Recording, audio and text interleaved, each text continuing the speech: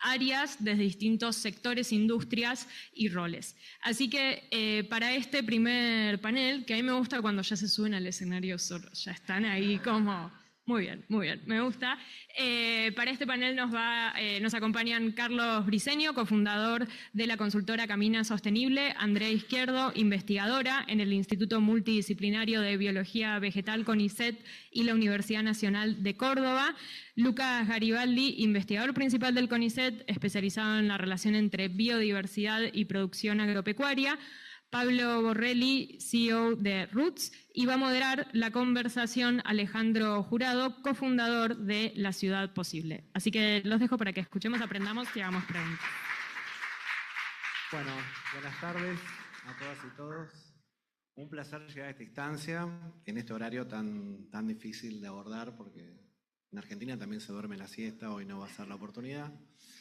Pero bueno, voy a donar mis 7 minutos de moderador a ustedes, porque estamos tan ajustados de tiempo que a veces no podemos generar un diálogo en profundidad, aunque se han logrado muchos avances.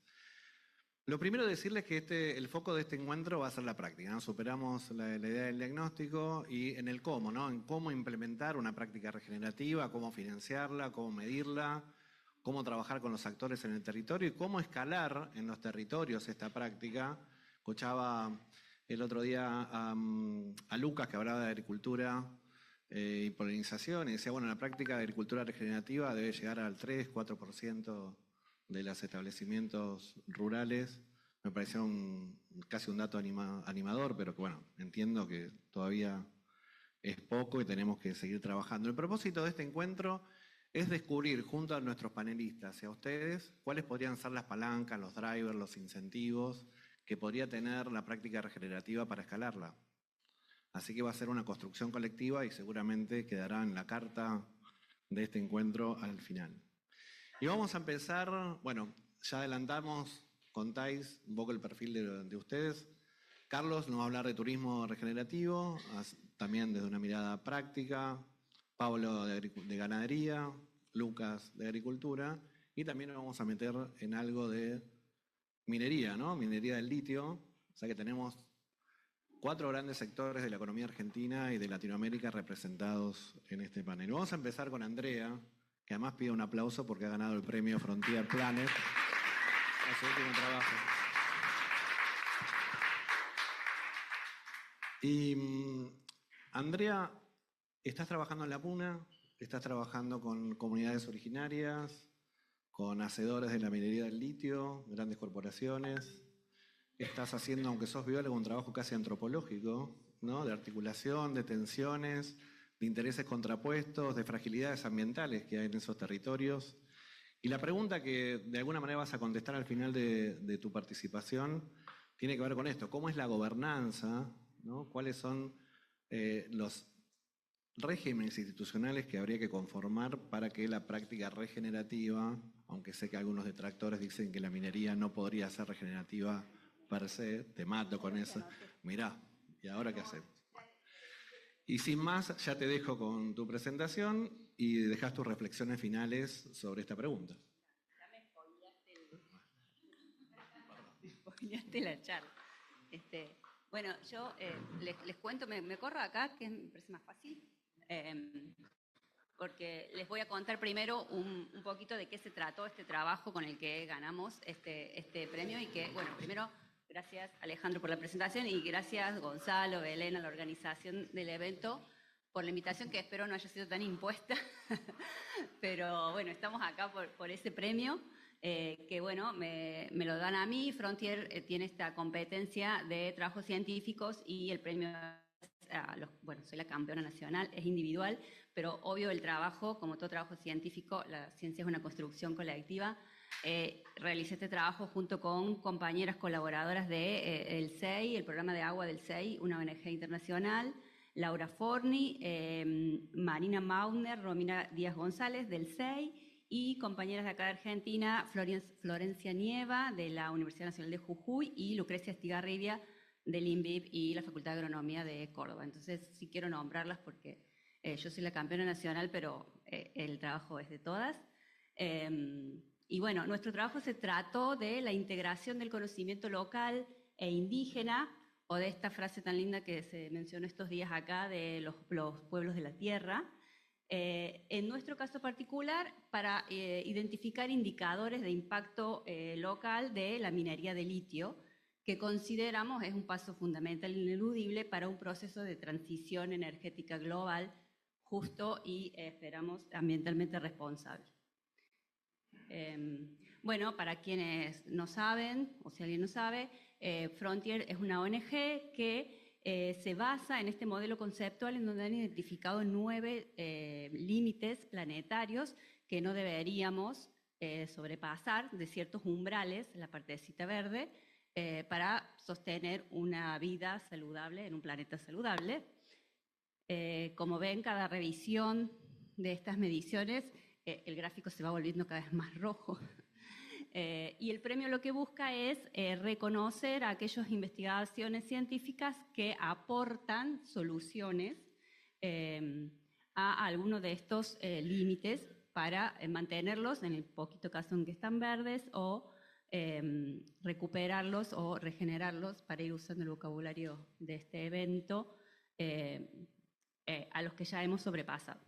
En nuestro caso, aportamos a estos dos límites relacionados al cambio climático y a los cambios en los sistemas terrestres en su componente de cambios de uso del suelo. Bueno, ¿y en qué se enmarca nuestra investigación, nuestro trabajo? Básicamente en cuestiones que ya hemos estado repasando estos días, entonces rápidamente el contexto global actual es de crisis socioambiental, que está dado o viene de la mano de haber transgredido todos esos límites biofísicos planetarios, y les podemos agregar todos los sociales y culturales que también, por suerte, he escuchado mucho en este evento.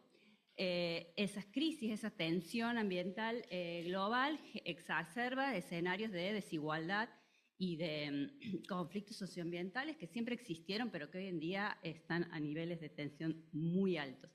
Y la propuesta o la solución verde que desde la política internacional se propone para llevar adelante en contra de los impactos del cambio climático como uno de los límites reconocidos es este proceso de transición energética. Ese proceso requiere o está basado en la descarbonización de la matriz energética global de combustibles fósiles a energías renovables, para lo cual necesitamos el componente estrella de las baterías, que es el litio. El litio, en su forma más rentable económicamente, se encuentra en las mayores reservas en los salares del altiplano andino, Chile, Bolivia y Argentina, una región que está caracterizada por condiciones ambientales muy extremas, por ende muy sensible a cualquier cambio ambiental, y habitado principalmente por comunidades indígenas y rurales. Entonces, bueno, con todo ese escenario, todas esas escalas y todas esas facetas que tratar de abordar, nosotros planteamos esta investigación que hicimos como en 3 etapas o 3 pasos. Lo primero, identificamos impactos de la minería de litio que estaban siendo reportados por la bibliografía científica con un análisis de revisión de bibliografía, y luego conducimos entrevistas a pobladores de 4 comunidades rurales e indígenas de la Puna en las 3 provincias litíferas por excelencia de Argentina, Jujuy, Catamarca y Salta. Y consultamos a ellos sobre cómo esos impactos que estaban reportando la bibliografía científica y otros que no estuviesen identificados todavía por la ciencia, afectaba a ellos en sus formas de vida, en su entorno local, en su forma de vida. Y en base a las descripciones que ellos hicieron de cómo eran afectados por estos impactos, nosotros propusimos indicadores, es decir, formas de cuantificar, de medir esos impactos para monitorear esos cambios que ellos nos estaban contando que perciben. Y con esa lista de indicadores basados en el conocimiento local, los comparamos o analizamos a la luz de qué tanto dialogaban o no con el marco metodológico de medición de los Objetivos de Desarrollo Sustentable de la Agenda 2030. Entonces, bueno, más o menos esa fue la propuesta del trabajo.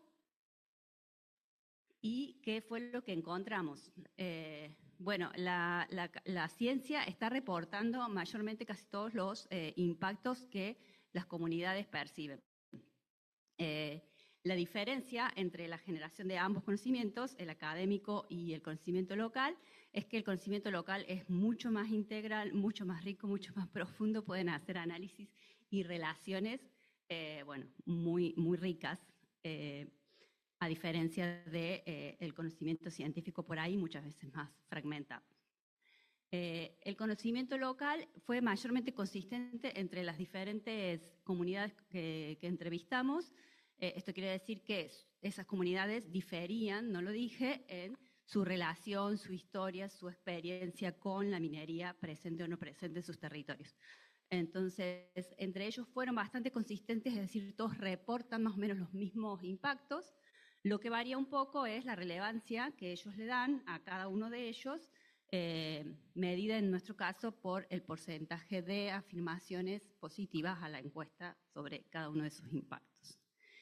Y en cuanto a el análisis de cuánto dialogan con las políticas públicas internacionales, bueno, todos los indicadores basados en el conocimiento local aportan o están asociados o podrían aportar a absolutamente todos los ODS, los 17 ODS, menos el de relacionado con la vida marina, por razones obvias. No tenemos mar en la Puna, aunque tuvimos, como verán ahí.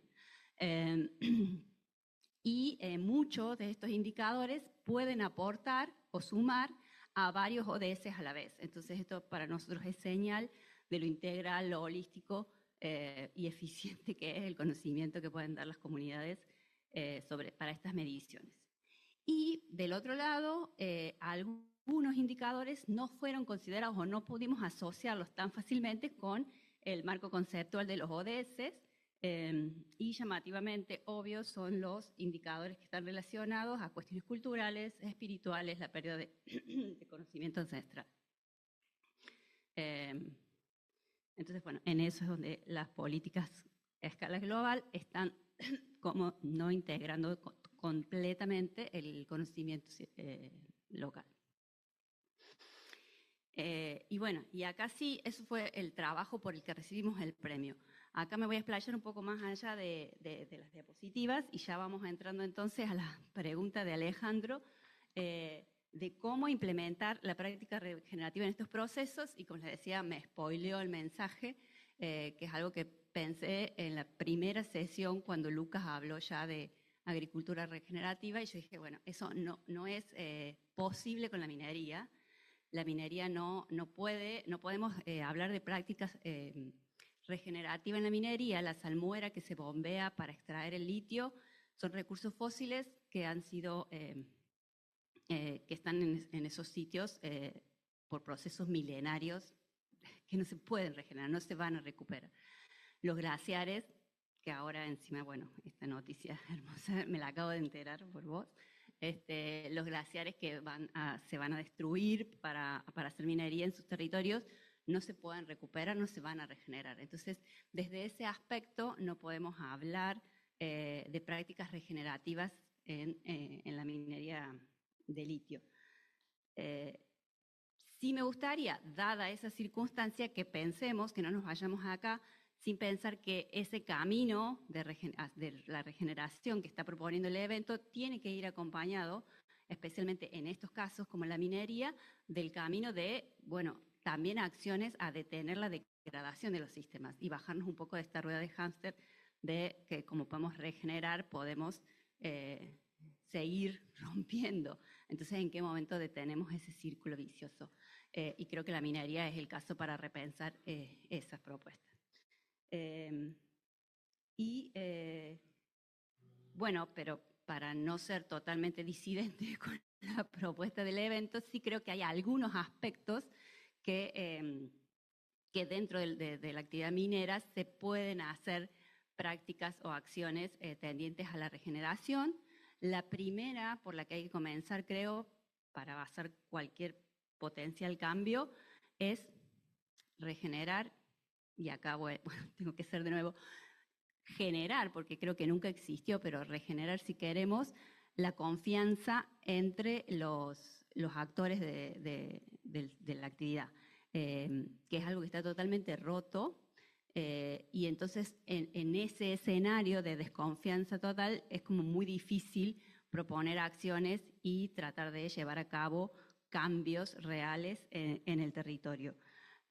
Y esa desconfianza está basada principalmente en el marco normativo, bueno, mucho en lo humano, que me alegro que hayan hablado tanto esta mañana porque me perdí, pero en el marco normativo, regulatorio, que rige estos procesos.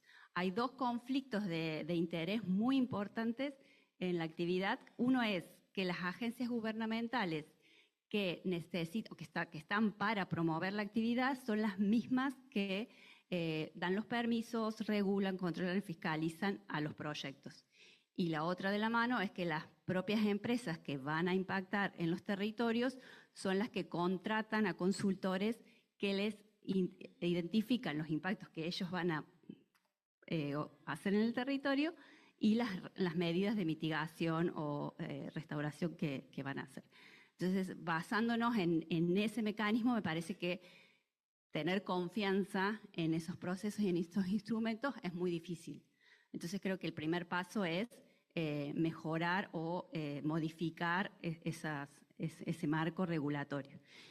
Y de la mano de eso, bueno, un cambio en la actitud humana, básicamente, porque ningún marco regulatorio va a solucionarnos nada si seguimos en estas posiciones de desigualdad y de intereses.